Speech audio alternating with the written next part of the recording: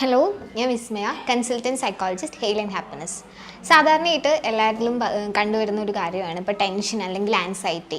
ഒരു പരിധി വരെ ടെൻഷനും ആൻസൈറ്റിയും ഒക്കെ നല്ലതാണ്. നമുക്കൊരു കാര്യം ചെയ്യാനായിട്ട് ഒരു ടെൻഷൻ ഉണ്ടെങ്കിൽ അത് പെട്ടെന്ന് ചെയ്യാനായിട്ടും അത് ഹെൽപ്പ് ചെയ്യാറുണ്ട്. ഇപ്പോൾ ഒരു എക്സാം അതിനൊക്കെ വേണ്ടിയിട്ട് നമ്മൾ പ്രിപ്പയർ ചെയ്യാനാണെങ്കിൽ ആ ഒരു ആൻസൈറ്റി കാരണം നമ്മൾ നന്നായിട്ട് പ്രിപ്പയർ ചെയ്യും. അല്ലെങ്കിൽ ഒരു ഇൻ്റർവ്യൂ ഉണ്ട്, അപ്പോൾ ആ ഒരു ആൻസൈറ്റി അല്ലെങ്കിൽ ടെൻഷൻ കാരണം നല്ല രീതിയിൽ നമ്മൾ പ്രിപ്പയർ ചെയ്യും.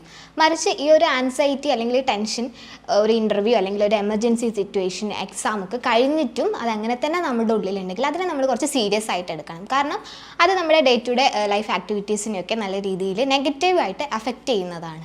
അപ്പോൾ എന്തൊക്കെയാണ് ആ ഒരു കാര്യത്തിൽ നമ്മൾ ശ്രദ്ധിക്കേണ്ടതെന്നുള്ള കാര്യമാണ് ഇന്ന് ഞാൻ ഡിസ്കസ് ചെയ്യാൻ പോകുന്നത്. ക്ലിനിക്കിൽ കഴിഞ്ഞ ദിവസം ഒരു കേസ് വന്നിട്ടുണ്ടായിരുന്നു. അപ്പോൾ അവളുടെ ഫ്രണ്ടും കൂടെയായിരുന്നു വന്നിട്ടുണ്ടായിരുന്നത്.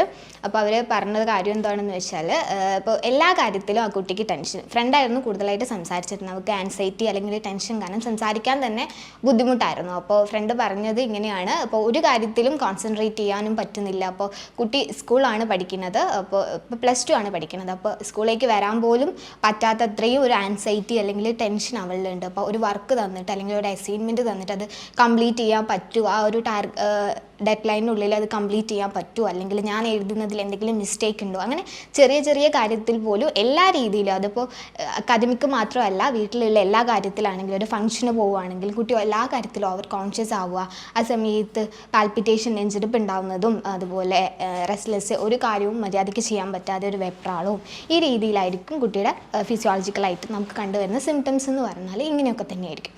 അപ്പോൾ അവർ മെയിൻലി പറഞ്ഞൊരു കാര്യം എന്ന് വെച്ചാൽ ഡേ ടു ഡേ ലൈഫിലുള്ള ഒരു കാര്യത്തിലും പ്രോപ്പറായിട്ട് ചെയ്യാൻ പറ്റാത്തത് കാരണം അവർക്ക് ഉറങ്ങാൻ പോലും പറ്റുന്നില്ല. ഇത്തരത്തിലുള്ള ആൻസൈറ്റീസ് ആണ് ആൻസൈറ്റി ഡിസോർഡർ ആയിട്ട് മാറുന്നത്. അതിലുള്ളത് GAD, ജനറലൈസ്ഡ് ആൻസൈറ്റി ഡിസോർഡർ ആയിരുന്നു ഈ ക്ലിനിക്കിൽ വന്ന ഈ ഒരു കുട്ടിക്ക് ഉണ്ടായിരുന്നത്. അപ്പോൾ ഇത്തരം കേസിലൊക്കെ നമ്മൾ കൂടുതലായിട്ടും അവർക്ക് എന്താണ് അവരുടെ ബുദ്ധിമുട്ടെന്ന് ഡയഗ്നോസ് ചെയ്യുകയാണ് വേണ്ടത്. അതായത് ഇവരിൽ കണ്ടുവരുന്ന മെയിനായിട്ട് സിംറ്റംസ് എന്ന് പറഞ്ഞാൽ പാൽപിറ്റേഷൻ ഉണ്ടാകും, അതായത് നെഞ്ചിടിപ്പ് ഉണ്ടാവും, അതുപോലെ ഉറങ്ങാൻ ഭയങ്കര ബുദ്ധിമുട്ടായിരിക്കും, ഇൻസോംനിയ പോലെയുള്ള ബുദ്ധിമുട്ട് അവരിൽ മെയിൻലി കണ്ടുവരുന്ന ഒരു ഇഷ്യൂ ആണ്. പിന്നെ എന്താണ്, ലോ എനർജി ആയിരിക്കും, ഒരു കാര്യത്തിലും അവർക്ക് കൂടുതലായിട്ട് ചെയ്യാനൊക്കെ ബുദ്ധിമുട്ടായിരിക്കും, എപ്പോഴും ഫ്യൂച്ചറിനെ കുറിച്ച് ആലോചിച്ച് ടെൻഷനും വെറിയും ആയിരിക്കും ഉണ്ടാവുന്നത്. അപ്പോൾ അതെന്തും ആവാം, എല്ലാ കാര്യത്തിലും അവർക്കൊരു ടെൻഷൻ ആയിരിക്കും. അതിനാണ് ജനറലൈസ്ഡ് ആൻസൈറ്റി ഡിസോർഡർ എന്ന് പറയുന്നത്. ഇപ്പോൾ ഒരു സ്പെസിഫിക് ആയിട്ട് ഏതെങ്കിലും ഒരു കാര്യത്തിനെ കാറ്റഗറൈസ് ചെയ്ത് നമുക്ക് പറയാൻ പറ്റുമെങ്കിൽ ആൻസൈറ്റി ഡിസോർഡറിൽ ഈ ഒരു കാറ്റഗറിയിലാണെന്ന് നമുക്ക് പറയാൻ പറ്റും. പക്ഷേ ആൻസൈറ്റി ഡിസോർഡർ അത് ഏത് കാറ്റഗറി ആണെന്ന് നമുക്ക് കറക്റ്റായിട്ട് ഡയഗ്നോസ് ചെയ്യാൻ പറ്റുന്നത്. കാരണം എല്ലാ കാര്യത്തിലും അവർക്ക് ആ ഒരു ആൻസൈറ്റി ഉണ്ടെങ്കിൽ അതാണ് ജനറലൈസ്ഡ് ആൻസൈറ്റി എന്ന് പറയുന്നത്. അതുപോലെ ഇവരിൽ കണ്ടുവരുന്ന വേറെ സിംറ്റംസ് എന്ന് പറഞ്ഞാൽ, ഇപ്പോൾ എന്തെങ്കിലും കാര്യം ആലോചിച്ച് ഭയങ്കര വയറിലൊക്കെ ഒരു ഇടിച്ചിൽ പോലെ ഫീൽ ചെയ്യുക, അതുപോലെ നംബ്നെസ്, കൈയൊക്കെ ഇടയ്ക്ക് സ്റ്റെക്കായിട്ട് എന്താ പറയുക, ഭയങ്കര ഒരു വിരലും അതുപോലെയുള്ള കാര്യങ്ങളൊക്കെ അവരിൽ ഫീൽ ചെയ്യുന്നുണ്ടാകും.